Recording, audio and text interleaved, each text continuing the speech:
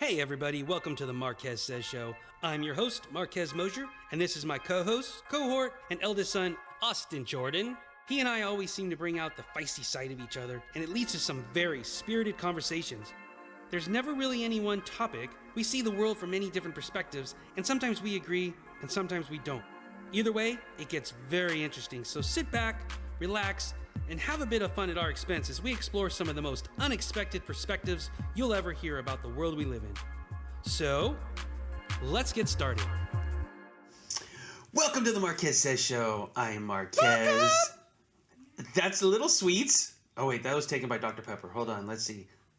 Anyway, that's my cohort. I am DJ Poker Face. Co-host Gaga. And away we go. Hope everybody's having a wonderful day out there. Is it morning? Is it night? Does it matter? No, it doesn't, because you're listening here, and it's all right. See, I had that little rhyme right there. Uh-huh. Yeah, well, I figured you're wearing your crushed velvet, so. I am. What is that? Smooth. It is now. This is for your smooth funny. listening pleasures. Ooh. We out here. You know what? Doing our thing. You just feel like radio waves. Oh my God. Do we have to listen? I guess we do, huh? You could have been anywhere in the world right now, but you're here with us. Yeah. We appreciate that. And we want to welcome you to the Smooth Jazz 94.7. and the Marquez Says Show. Wow. It's some careless whisper for you. The Quiet Storm. Hey, I like those stations, so don't be knocking them. Yeah, of course you like those stations. You live in Forks. You live in like the literal Twilight Town. You live with people that I think there's an age requirement, but not like a minimum. Or not a maximum. It's like a minimum. Hey, it's not that bad. I think you guys only got in, like April got grandfathered in because you're old enough and they like made an exception or something. No. Don't listen to him. Hey, by the way, we had a cougar sighting, and I don't mean the women. There was actually a real cougar and two little cubs that were outside. One of the neighbors got caught on their Ring video, so we got wildlife. One of the neighbors got caught. Our thoughts and prayers are with him. Okay, we're moving on. Hey, so I don't know if you read the description for the episode, but we're going to talk about entitlement because Austin and I want to rant. We just want to go on and rant, and we're just going to take turns. Like, it'll be like a debate. I'll give him 2 minutes. He'll give me 2 minutes. And then, no. But we're just talking about the last couple episodes. We've been talking about different things. We talked about transition. We talked about privilege. Now it's going to be entitlement. Because if I were to ask you, who do you think is the most entitled group right now?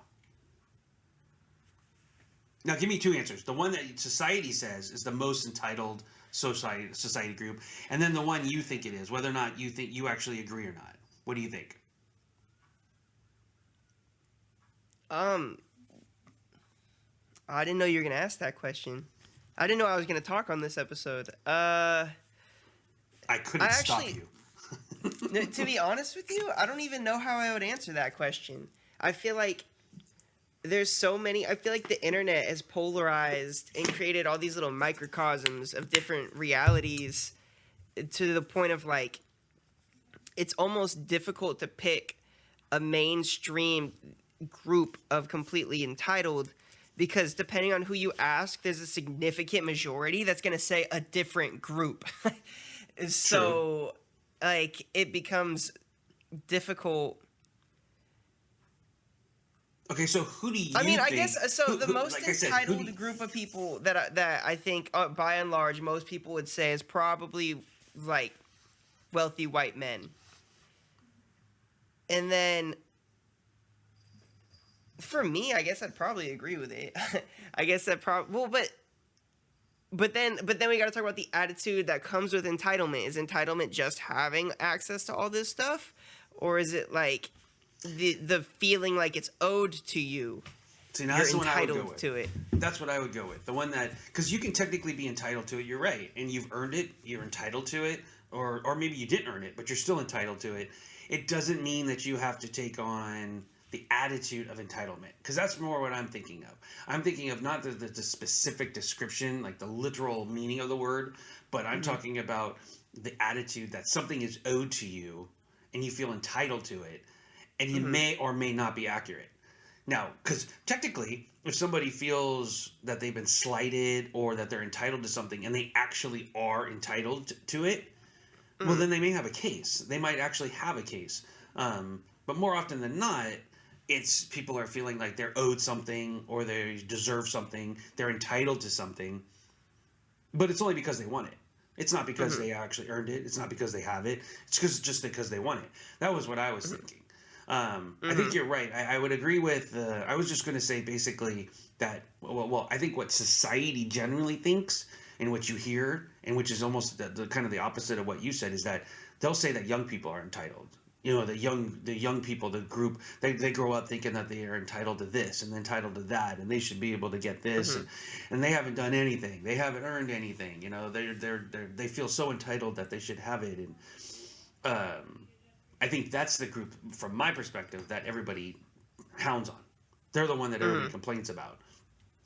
I would agree with you, though. I think from what I see and what I look at, I think it's old people. And I mean, I'm sure. I think it's old people. The old people in my life are going to be like, "What? Respect your elders." I'm like, absolutely, respect your elders. But there's so many elders out there that don't deserve respect, and they just feel entitled just because they're old. And I'm like, I'm not. I don't agree with that. Respect is earned, and the whole respect to elderly comes from, well, giving them the benefit of the doubt is that they've earned it because they've had this life and they've done things and they've filled it up. But not everybody has, and it's a little bit easier to see who has and hasn't this day with everybody's lives being so displayed for everybody to see. Yeah, it's... I think that over the past year, we've seen how the old, like, stereotype of, oh, the young are the most entitled has been proven false between everything that has gone on, between people standing up for social justices or people trying to figure out ways to make money because they were let go from their part-time jobs or anything like this. Like, I mean, I think that, and then from a lot of us being excluded from the stimulus check situation, so there was a big rally for people to go out and get something and make something. And to be honest, I feel like it kind of just destroyed the whole notion of, oh, the young are the most entitled group in America. I don't think that's true anymore. Yeah, and I don't know if it was ever if it true. ever was true. Yeah, I mean, if it ever was true. But I think that it was very provably false over the course of the past however long. And I think that I definitely think you have a point. They would argue, just playing devil's advocate, is that, well, look at you out there. You guys are, you're out there arguing for, minimum wage, civil rights, all of that stuff. And it like, just go get a job. Why are you out there? Why you shouldn't have time to be out there protesting? You're supposed to, and all those arguments about, it's so funny because it's like a generational divide that just keeps happening over and over and over again. And I keep hearing back of my head, go get a haircut, you hippie. It's just ridiculous about how some of these things just keep recycling because I'm making sure in my own life as I get older that I consciously am aware of not going down that road of because I see some youth and stuff. It's the part of being young is that no, they don't care, and no, they want to rebel. I mean, and all that stuff, and that's fine. I'm not going to take it personally because I'm not that point in my life, which I think a lot of old people do. Do you know this entitlement goes hand in hand with, like you mentioned, respect and also selfishness or self-absorbed. Like, and there's a difference between being selfish and being self-absorbed. Being selfish is kind of almost on purpose. You're almost trying to hurt someone else. You're trying to get everything that you can for yourself at the expense of someone else. Whereas I think self-absorbed that's just your view of life, that the world revolves around you. Yeah. And it's just part of who you are. Right, and it ties in with respect, and all of this is what like you said. I know, I know personally that I feel this one's always a weird one because I've talked about this before outside of this. And I immediately get that concept of old people saying, no, you need to respect your elders. And I'm like, this is not mutually exclusive. You can you can respect your elders, but you also can also remember that you don't get to respect them just because they're old. I mean, I don't want anybody to respect me just because I'm old. I mean, exactly. It doesn't make sense. And no, it doesn't. And it's a kind of a crutch, and it's a cop out to basically absolve yourself of doing anything of any merit or value after you reach a certain age. And that is a very harsh thing to say, but it's kind of true though. And I don't think that people should live that way, and I don't think we should expect people, because that's how patterns of abuse continue to cycle and how bad things continue to still happen. It's basically enabling. You wouldn't enable a child, so why are you going to enable a full-grown adult? One of them actually seems worse than the other. So, like, I mean, it's just, I don't get it. And I think that some of these people that are like, respect your elders no matter what, I would question them, or maybe like ask them to think about why is that so important to them?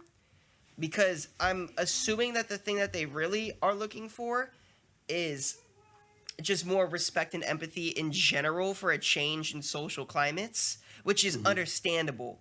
But that's not the same thing as just unconditionally respect your elders. And I think it's more nuanced conversation, and I think that that's a better way to progress. Yeah, you make a great point, because it ties into, as a society, how are we creating this? I mean, how are we creating the fact that some people feel that they're entitled to... Well, I mean, some cases is like people feel like they're entitled to basic health care. Okay. Well, are you? I mean, that's kind of one of those things where, is that a God-given right that you should have affordable health care? I don't know. I mean, politically, you could say it is. You could say that, it is, but is it a human right? I don't know. Yeah, I sometimes wonder, like, if you go to a third world country, they would just like water, clean water, right, and but we're not a third healthcare world would be country. nice. What? I said, yeah, but we're not a third world country. We can't. But that's the point about, just because we're a third world country, are we entitled to it? That's my point.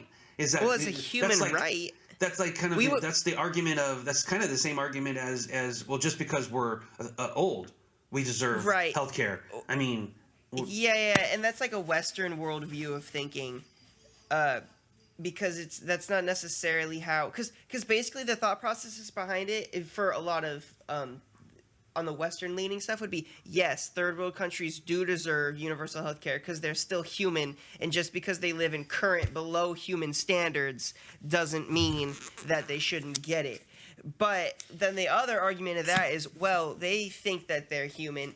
Well, they don't think they're living in below human things, so who are we to tell them that their way of life is less than? So it becomes, and then it becomes like a circular argument no matter what, and that's why I hate it. Because I've had those conversations in academic settings and all that stuff, and it doesn't ever go anywhere. There is no way for it to go anywhere. Like the whole idea of cultural relativity and all that stuff, there just is no absolute finite way to ever resolve that. That's why it'll always have to come down to the individual and the personal, and then what those individuals are aware of in each culture to not infringe upon it. And I know we got off track a little bit, but actually sense. Not really totally because the entitlement of a Western worldview, which is the dominant worldview, and we feel like, well, everything that we think is now the way it's going to be done. That's it. Period. When I'm sure a lot of people on the other side of the planet would disagree with you with China being their superpower. And they do things completely different. Right. So what they think they're entitled to is totally different. I mean, is it selfish for us to feel that way? Is it selfish for us to think that we deserve these things because, quote unquote, I mean, here's a great example. Do we deserve these things because we came up with this piece of paper 250 plus years ago? And therefore, since a bunch of people wrote it, we're entitled to these things?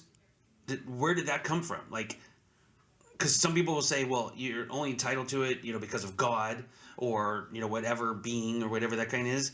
So where does this start? I mean, Well, it's the flip though. Is this paper was created because those writers thought that we were entitled to all of it in the inception. So, and where did that come from? Like, why did they feel like we were entitled to that? Well, God-given rights from other scholars and different philosophers and all that stuff as well. These are the basic human rights. And there needs to be a government that'll support those basic human rights and allow the people to exercise their freedoms and all that stuff to pursue those rights. See? So it's not... It comes down to, well, we felt, or whoever, back in the day, it was, we were entitled to these God-given rights. Okay, so nobody could take them away from us, basically, because God gave them to us. Right. That were bestowed upon. Yeah, with them, I mean, I understand I understand. Obviously, I know the history of why they wrote it. Yeah. But it goes back to, so even then, though, it only applied to white people. White men. Yeah, white men. Landowning exactly, white more, men. Yeah, exactly. Not even more specific. Yeah. So again, it becomes like it shatters the whole concept of that. I mean, and this argument's been had many, many, many times, but it's the same mindset, it's the same perspective when you go all the way through till now, where there's certain things that we feel like we're entitled to. Like right now, if you told someone that, especially probably maybe a younger person or anybody who counts on it, you can't have internet, they'd be like, what? That's like, a God-given right now. That's like, you can't survive without it. Mm-hmm.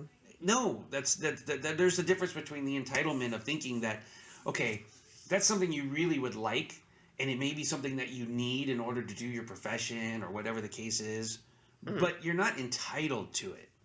If you don't have the money to pay for it, technically, and I'm all for actually, I think that we made the biggest mistake when we got rid of phone booths. Had we left phone booths in place, every single phone booth that was throughout the United States could have been turned into a hotspot, and it would have been true. That would have been pretty smart. And but then who would pay for that hotspot though? Well, if you plaster advertising all over them, they could pay for themselves. And it could even be advertising. I mean, all the problems we have with low income satellite and all that stuff would be gone. I mean, internet and stuff would be gone because they'd already have the infrastructure in place that they'd have those spots already, even That's in true. Podunk, wherever. You could still do that today. You could still build them again. That's a pretty good idea. You should actually. We already copyrighted that idea. Hey, stay away. Yeah, and but it's one of those things where again, are you entitled to a driver's license? No. I mean, but people, not so much now, but if you went back certainly 30, 40 years and stuff, that was, it was supposed to be a privilege, but it got to the point, well, when you got 16, it was a rite of passage. You just got it. What's funny is it's kind of flipped now, though. It's not the same. No. Like, nowadays, most people don't get it at 16, and that's so strange to me. It is so strange to me. But I guess that's, like, the norm. It's weird to people when they're like, oh, you got your license at 16? Yeah, I got my license at 16. What do you mean? Like, I wanted to not be home all the time. Like, and we didn't have everything within a 3-block radius because we, like, where I grew up. Yeah. No, so it's like, you had to drive. And that was because does that make them, does that make them self-absorbed or selfish, or does it change the concept of entitlement? Because it switches from the. What if you didn't give someone a tablet? What if you didn't have someone have a computer? In some ways, to me, this is the flip side of this, where it's the duality of it, that I think it's ridiculous that every household, for the most part, doesn't have a computer. Because if you've got kids in that household, you're putting them at such a disadvantage right off the bat. And you should be doing everything as a parent or guardian or whatever to make sure they have one. So would I say that every kid is entitled to, like, basically a computer? I don't know. I'd be tempted to say, yeah, actually, I think they are. But it kind of goes counter to all these other things because are they really? Depends on what you use the computer for. Oh, I thought you were going to say, it goes counter to the... I think I it's thought you were just going to say counter to the idea of kids becoming too consumed in their electronics and all that stuff. Oh, no. It was because everybody needs to know how to use one. They need to know how to use one. And if they don't, I mean, it's almost like basic reading at this point. You have to teach kids to read. You have to teach them to write and speak and stuff. And you also need them to be able to operate in this society. Right. Well, most elementary schools, from what I understand now, is they incorporate computer literacy, though. But if they don't have anything to go home to, I mean, that's basically kind of like, sure, you can have them read. So if you have a kid read at school, and then they can't go home and they don't have books, right? It puts them in a hole. But is that an entitlement? I mean, that doesn't even. What is Theo doing? I can keep seeing you looking down. She's like right by the leg of the thing, playing with under the couch, and she has this ball, and she's like about to sweep the leg of the tripod. So I'm like watching it and making sure she doesn't do that. for everybody. Go ahead. I was going to say, for everybody who's not watching, Theo is Austin's cat. So basically, at any moment, if you're watching the video feed, you might see Austin go tumbling because the camera is falling down from... If the camera just sweeps and it's just destroyed, that's because Theo went too crazy. She's crazy in the morning. It's the cat. And she likes it. Yeah. And she likes it when I open the blinds because more light comes in. So it like really psychs her up and gets her all energized and stuff. So she gets the light beams. So, but that's what frustrates me is when you see, and I think that it's adding to the political divide. Is that you have old people that are sitting there thinking that because they're old they're entitled to something, and then they get all bitter. Then they get upset when they don't get it. And then that trickles down. And they treat people poorly. And they usually treat people poorly that are serving them. And those are usually the younger people. So then the younger people get upset. And they're looking at these old people going, why are you complaining? Why are you so bitter? I didn't really do anything. It's not my fault. And then they get bitter towards the old people. Right. No, definitely. I definitely agree with that. And it creates this cycle of and young people, if they're not actually getting fulfilled, if they're not having a life that they enjoy as they get older, and they feel like they've missed out or whatever, then they start getting bitter. But they have something to rely on. Hey, I remember I'm going to get respect, and I'm going to get certain things because I'm old. And it just starts all over again. Right. It's a vicious cycle. It really is, and it's one that needs to be broken, because if we don't, we're going to continuously have this cycle of. It's why it's important to make sure that you live a fulfilled life, and whatever that means. If that can mean something different to everybody, but that's why it's so important to learn to strive to grow and to learn, or it's not even to strive and grow. It's basically just to enjoy life wherever you're at. A genuine happiness and an understanding of the self too. That's where a lot of this stuff starts, is understanding yourself. What's going to make you happy? Why is it going to make you happy? And even if you don't know the why, but what is going to make you happy, and exercising that to some extent.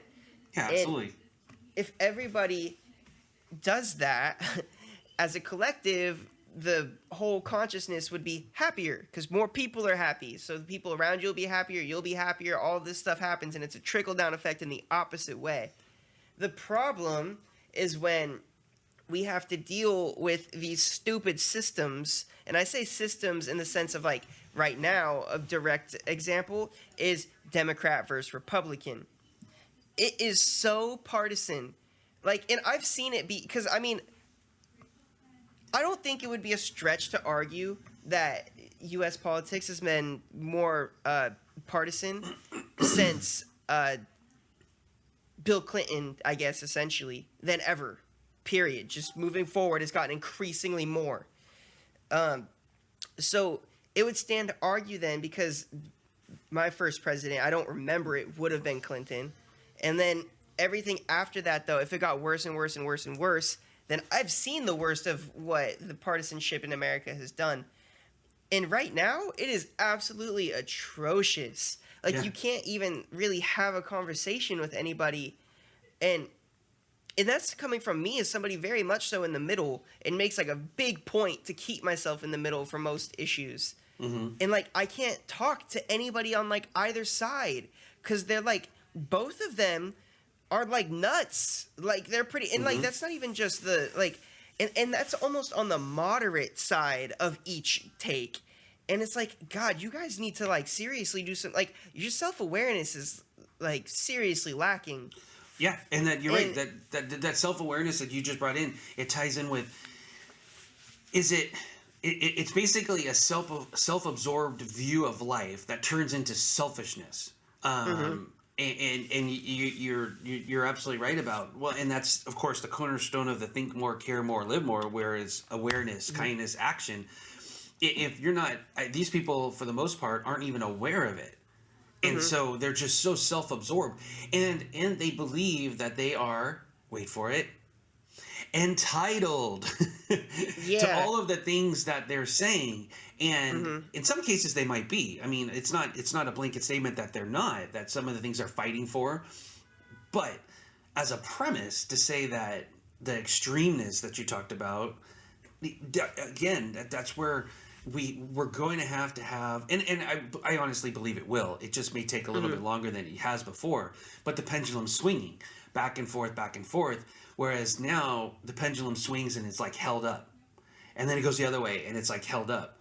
It just messes up with the whole rhythm of it. Where it will eventually. I mean, we are going to get to a place, because we'll have to for the most part, where you talked about the moderates and the middles and stuff like that. It will come to a point where something will happen. There'll be instances, situations, things will happen in the world where it will become, hey, we all agree on this. And from that point, you can build off of it. When that'll happen, I have no idea. But you're right about having to, when you're talking to people, I mean, as much as I like to get into a good argument as much as anybody, I even now, I kind of take your approach of going to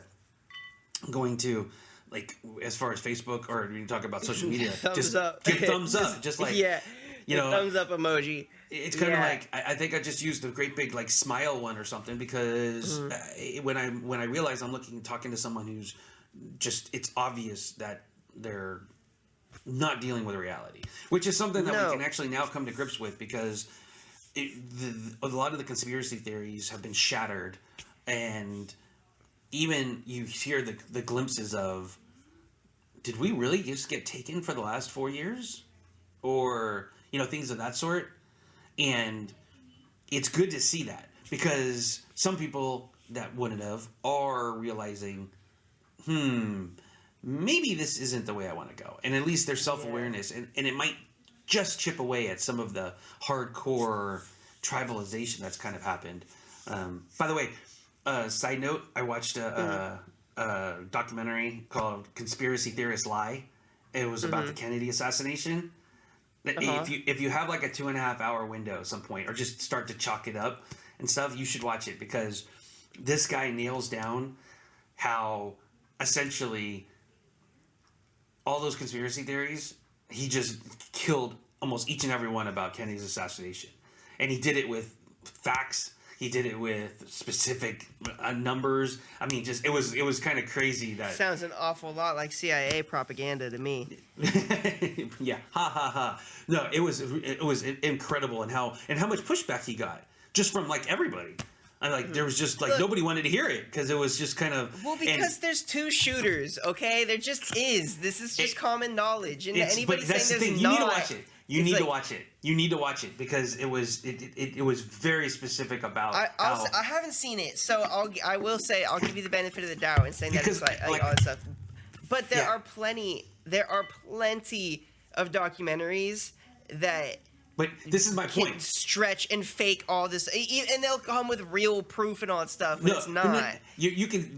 But that's my point. Is that it was plain and simple. There was no smoke and mirrors. There was no connect the dots. It was just this. Anyway, we digress. But you know, again, Kennedy was shot. There was 2 assassins. Wait, what'd you say? I said Kennedy. There were 2 assassins. It was just, and I mean, I don't know. It was just, I like history, so I was watching it, and it was like, because I actually thought it was going to be the other way around, and it wasn't. I was like, oh, damn, this is actually about how it was just one. How did you think it'd be about the other way if it's called Conspiracy Theorists Lie? Because I thought they were talking about all the other ones. Like his was right, which was, of course, he didn't have a conspiracy theory, but I thought it was his conspiracy theory was right, and everyone else's was wrong. Yeah. Okay. That was what I I thought. get you. Makes sense. Makes sense. You know, here's a good example for when we talk about entitlement. Everybody's entitled to their opinion. True enough statement? Yeah, it's a true statement. I'm loving that we're going in this direction because this is like the type of stuff that I want to talk about right here. Like, I already know where we're going. Okay, I love this. Go for no, it. no, you go. No, finish your thought. No, that was it. It was literally a conversation starter. I'll tag in. I'll Go tag for in. it. No, Okay, tag in alright. now. Okay, so yes, absolutely, 100%. Everybody is entitled to their opinion. However, that does not mean you are absolved from everybody else's reactions to your opinion. And people need to understand that because I'll use an example of like yesterday.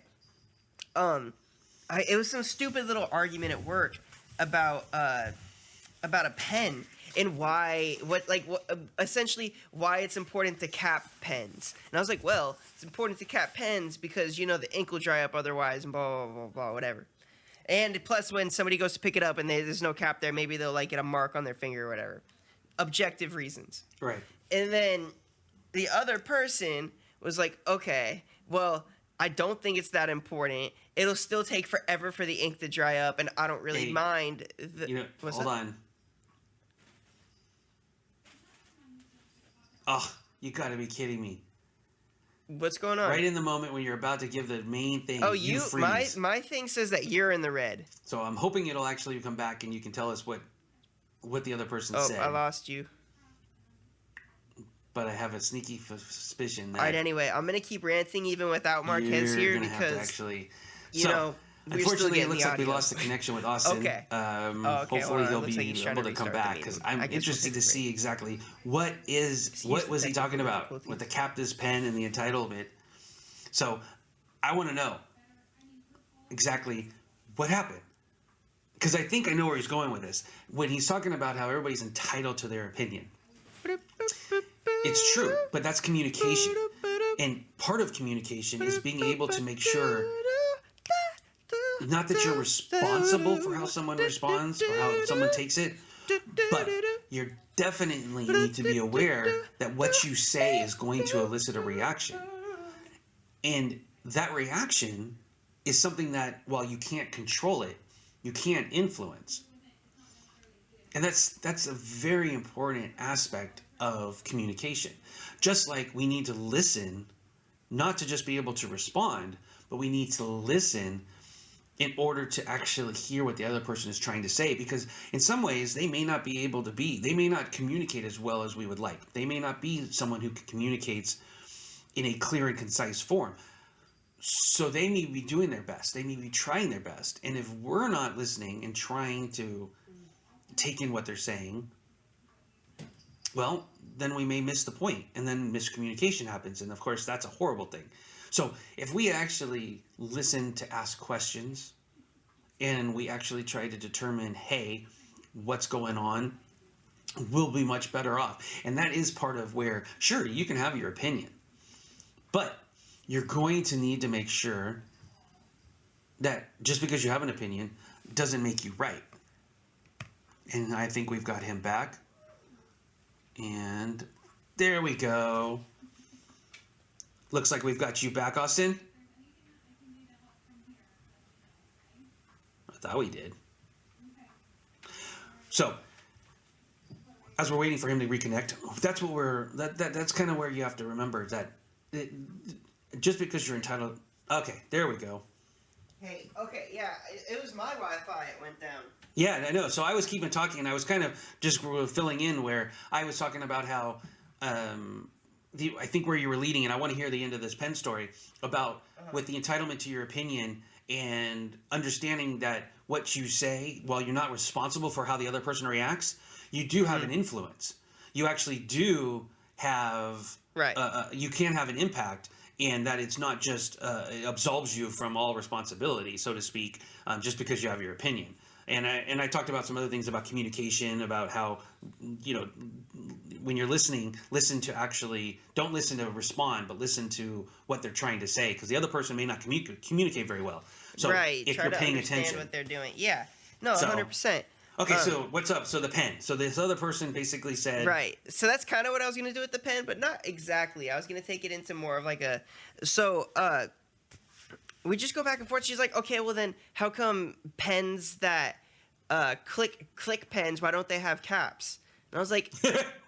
Well, because it's like not exposed to the elements anymore. It's inside. Like it doesn't. It's not the same. It like eliminates the need for the fundamental purposes of a cap. Right. And then she was like, "Okay, well, there's still a tiny hole. Wouldn't it dry out?" And I was like, "Okay, there's a tiny hole on the top of a cap too to stop you from swallowing it. Like it's supposed to be better for like just in case in like emergencies and all that stuff." I was like, so no, essentially the answer to, I was like, no, essentially the answer to what you just asked me is no. It's not the same. And then she's like, okay, well, so I'm just supposed to take your word for it? I was like, we can Google it.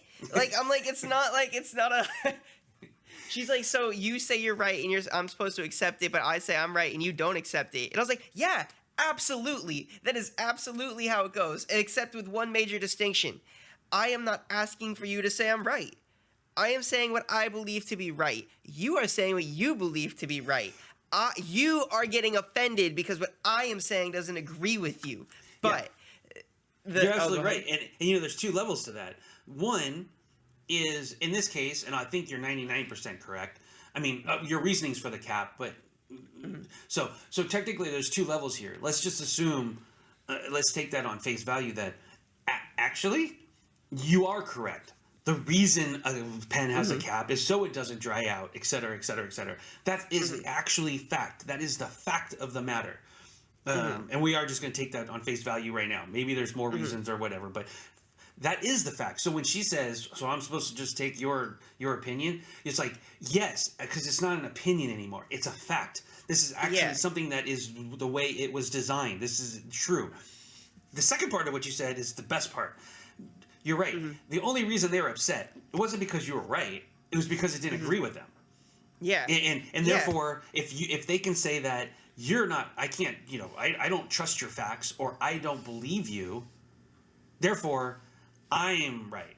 Or therefore my opinion has just as much weight. And that's just not true. I mean, I guess you could argue that, because this came up with, you know, politics, whatever, relationship stuff, where you talk about are two opinions equal. I don't know. I think it's a gray area because I'm not really sure you could just straight off as a baseline say everybody's opinion is equal. Mainly because if someone who is speaking about brain surgery and someone who has no idea about it, I kind of think the opinion of the person who actually does the brain surgery about brain surgery might be a little more weighted than the person whose opinion. For sure.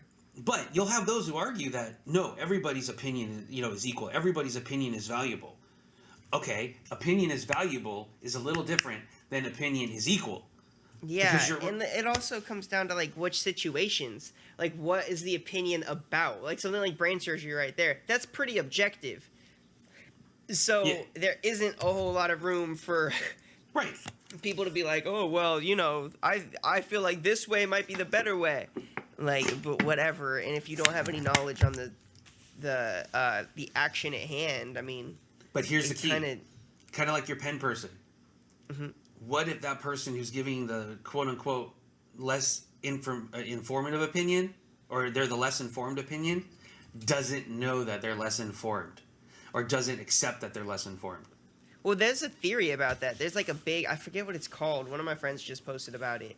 But essentially that the lowest IQ or the lowest, maybe I don't want to throw shade, but I guess I will. Why not? The dumbest people essentially think they're the smartest, twofold. One, just ego and intrinsic human nature to believe you're right. And then two, they don't know enough to know they're wrong. And they don't know enough to basically come to their own conclusion.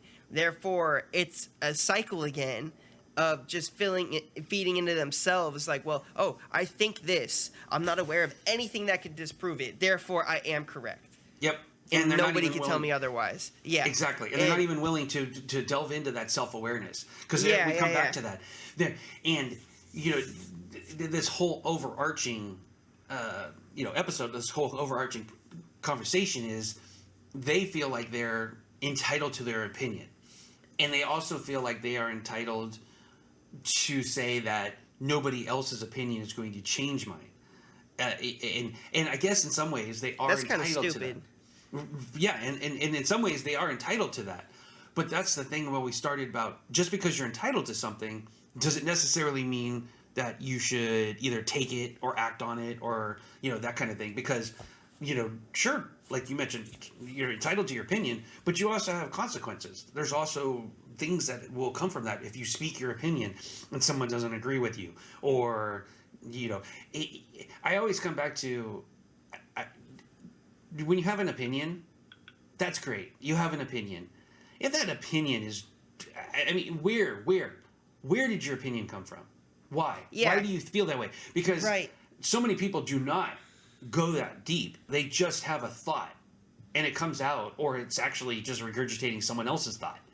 Mm-hmm. And again, there's a selfishness about how dare you challenge me? How dare you challenge this belief that I have just because it's different than yours? Well, here we should. Right. No, we should. And this is how I view it, to be honest. You know what? Fine. We'll get to the rant part. We'll get to the I say some outlandish type of shit. These people, they're very insecure. There's no other way around it. If you are so worried and you're like, if somebody, not even challenging, but if you don't like the fact that somebody will not just take what you're saying as, oh, that's right or whatever, you are insecure. You have a problem. You should get that checked. Like, it's just, because this is, and it frustrates me because people will tell me, it's like, oh, well, Austin, you always have to be right. No, I don't always have to be right, but I'm also not going to say something unless I believe it. Right. And you should do the same. And it's stupid to assume that I'm going to say something or that you're going to say something or anybody's going to say something and not be sure of it. And it's even stupider to go into it with that mindset because that's weak. Why am I going to put myself into a situation and be like, oh, well, I'm kind of unsure of this or whatever. Of course I think I'm right, you fucking idiot. I'm sorry. We could bleep that one. Otherwise I wouldn't have said it. Do you know how many times I've yes, I can't even argue with you. I can't even be devil's advocate because I've been told so many times, or not even just told, but I just know that that's the opinion that's out there of thinking that you're so conceited, you are so arrogant, and there was one person I used to work with that it became a joke because he realized he first started coming at me with basically, you always think you're right, blah, blah, blah. And I just got upset. I was frustrated. I said, you know what? Just fine. Test me. Just test me. When something comes up and you think you know the answer and I won't know it or something like that, ask me. I go, and I will answer you. If I don't know it or something, I go, and let's see how many times I actually am. Let's see how many times I'm right. And almost across the board, 9 times out of 10, he would ask me something. And the reason, it wasn't always because I knew the answer, but I thought before I spoke. He would ask me something random, something like, how many, what do you think the percentage of people are going to go blah, blah, blah, or something like that. And I would think in my head about, okay, well, I know from past experience and just whatever, that 10% are going to do this. If we talk about, and I literally run these scenarios through my head, and then I come up with an educated guess. That's literally all it is an educated guess. And more times than not, it gets so close to the actuality of it that you could take it. It wasn't like it was wrong or anything. And it became a joke. He goes, how do you do it? I go, it's because I don't just say something. I actually think about it.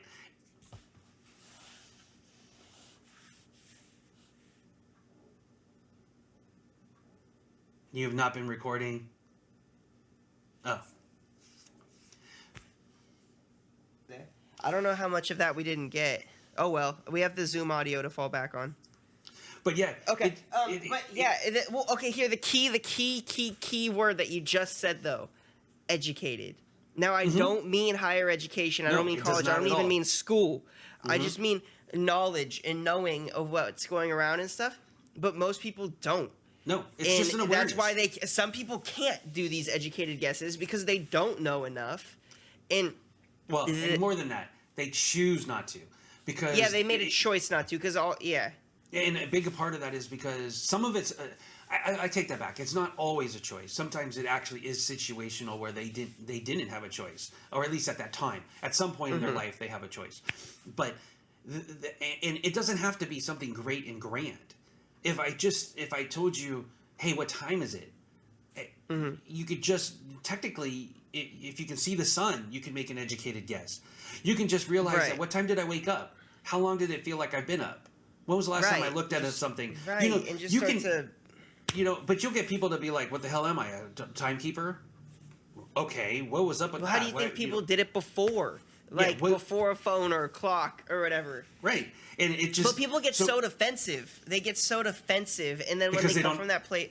Yeah, I was going to say, a lot of times they get so defensive because they don't have the answer. Now, in the time when they should. But if they don't have an answer, they get defensive. Instead of thinking about it and going, well... So, and again, it wraps up with the whole entitlement, the selfishness, the self-absorbed, all of that. Because we're feeling like, why doesn't everybody else do that? We have an outlook on life of, why are they not choosing to learn more? Why are they not choosing to try to make an educated guess? And basically they're entitled to not do it. They're entitled to living that way.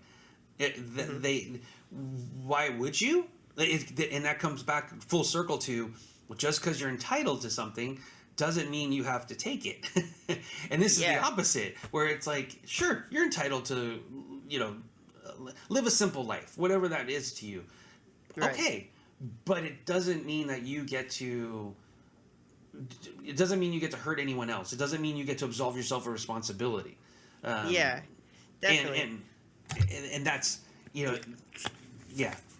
And it starts with parents.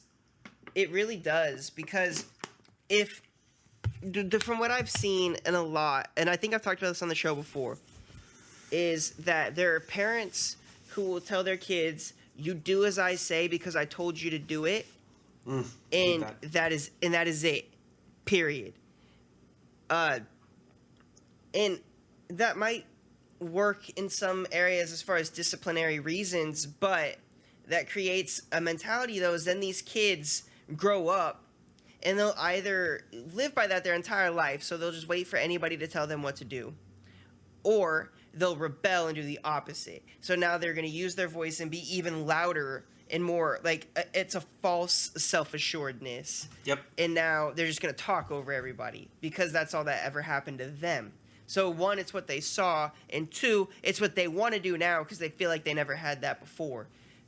And that directly ties into the entitlement, because a lot of like the people we're talking about who either get so upset when they're challenged, it honestly probably has, we could probably dig deep down into the psychology of it. It probably has something to do with their childhood. And then going all the way back into that, it's like, well, my father said this or whatever. It's like, oh, fuck your daddy. Like, grow up. Like, And I hate, I've had this argument too many times to count about, you just, no matter what, you just make it age appropriate and you tell them why you're telling them to do something. It's so simple. Yeah. Even if it's a 3-year-old, a 2-year-old, 10-year-old, whatever, you make it age appropriate and you tell them why you're doing something. It's not difficult. And if they know that understanding, you're right. Then they learn that, oh, okay, there's a reason behind something. Because I think that's a big thing of what we're missing, is that the reasoning, and this could be another episode on itself, is the reasons behind something matter. And if you aren't interested in what the reason is, or the theory behind it, or the thought behind it, or whatever the case is, you're taking your self-absorbed view of life, turning it into selfishness, and then, of course, that turns into the entitlement that we're talking about. I don't need to. Why do I need to know the reason? What do you mean, why do you need to know the reason? Because you might actually learn something. Well, for sure. And if you know the reason, you might be able to figure out a better way to accomplish that reason than the ends that you're already seeing do. Yeah, that's only assuming, though, that you don't already think you're the best way. That's true. If you think you're the best way, then what's the point? Yeah, it's true. So very true. So that could be another conversation. We'll wrap this one up. So in the meantime, think more, care more, live more, and remember, you can change your life.